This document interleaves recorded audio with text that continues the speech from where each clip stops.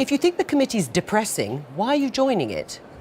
Well, the committee's there whether I like it or not, so if I can bring some common sense to the committee, that's surely a good thing, just in the same way that UKIP used to take their seats in the EU Parliament, not because they were fans of the EU Parliament or everything that it represented, but because they hoped to hold it to account. But they didn't just want to hold. Well, they didn't just want to hold it to account. They wanted to actually end our involvement in the Parliament. Is that what you're going to do with this committee? Try and bring it down, break it up?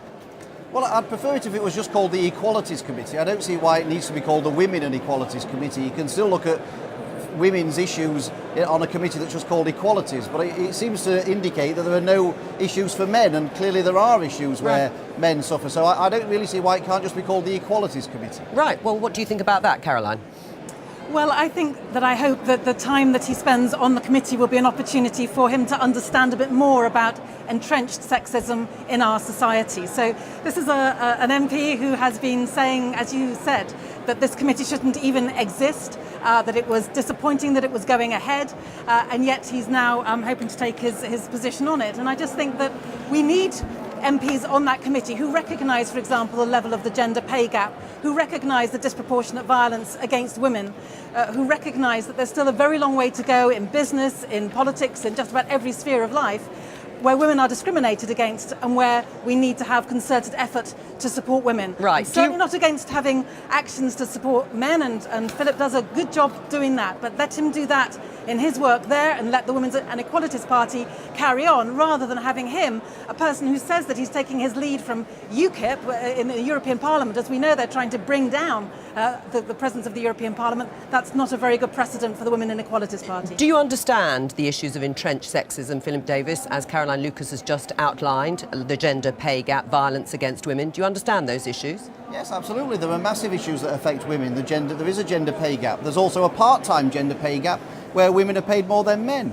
Yes, many women, 2/3 of victims of domestic violence are women, but 1/3 of victims are men. So what I'm saying is, of course there are issues that affect women and they should be tackled on the committee, but equally there are issues that affect men, and I don't see why they should be excluded from having their views on what is supposed to be an equalities committee. I believe in equality where gender should be irrelevant, and that's what I want to try and bring to the committee. Right, and what's wrong with that, Caroline? Well, when we have a society where women and men are equally represented in the different spheres of power in this country, then I think that's the time for the debate that Philip wants to have. If he wants to go ahead, as he does, and organise to raise issues around men's equality and issues around very serious issues about suicide rates for men and so forth, then by all means, please go and do that. We support that. But to have a presence on the committee who doesn't even believe the committee should exist, to have a presence who thinks that this is about feminist zealots, as he's put it, that to me doesn't suggest that this is going to be a very constructive contribution to the work of the committee. I mean, you haven't started off well, one might say, in the terms of the language that you've used. Feminist zealots being just one of the terms that you've used to describe people like Caroline Lucas on the committee. But also, you made a comment at an event organised by a group called Justice for Men and Boys. They run a Lying Feminist of the Month award. According to their website, the awards highlight the fact that feminists are whiny, gormless, toxic liars. Were you right to give a speech at their conference? Well, look, I appear on the BBC, but I'm hardly the greatest fan of the BBC. And so just because you appear on a platform somewhere doesn't mean to say that therefore necessarily means you endorse everything about that organisation. So if that was the case, I would never appear on the BBC if you were setting that particular barrier. People should listen to what I actually said, rather play the ball rather than the man. And what the point I made at that speech was that men and women are treated completely differently in the criminal justice system.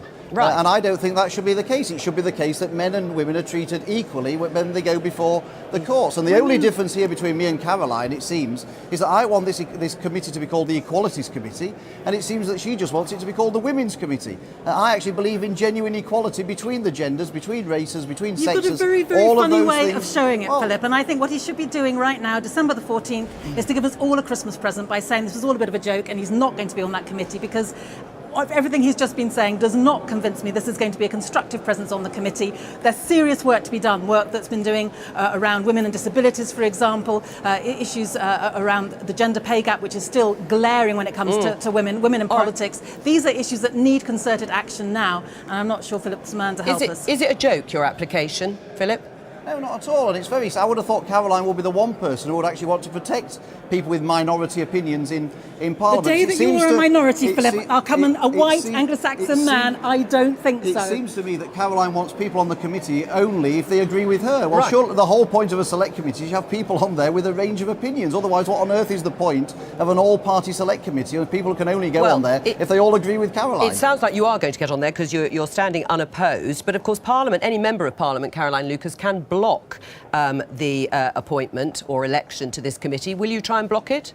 I will talk to others and see what strategies they're pursuing. In fact, I think we need to have a proper hearing with Philip and really just check out that he doesn't think that people who are standing up for things like equal pay or standing up for women in the justice system are feminist zealots. As long as he can assure us of that, then maybe he should have a role and he could learn something by being on the committee. All right, well, I'm sure you're going to get on really well on this committee anyway, but thanks very much.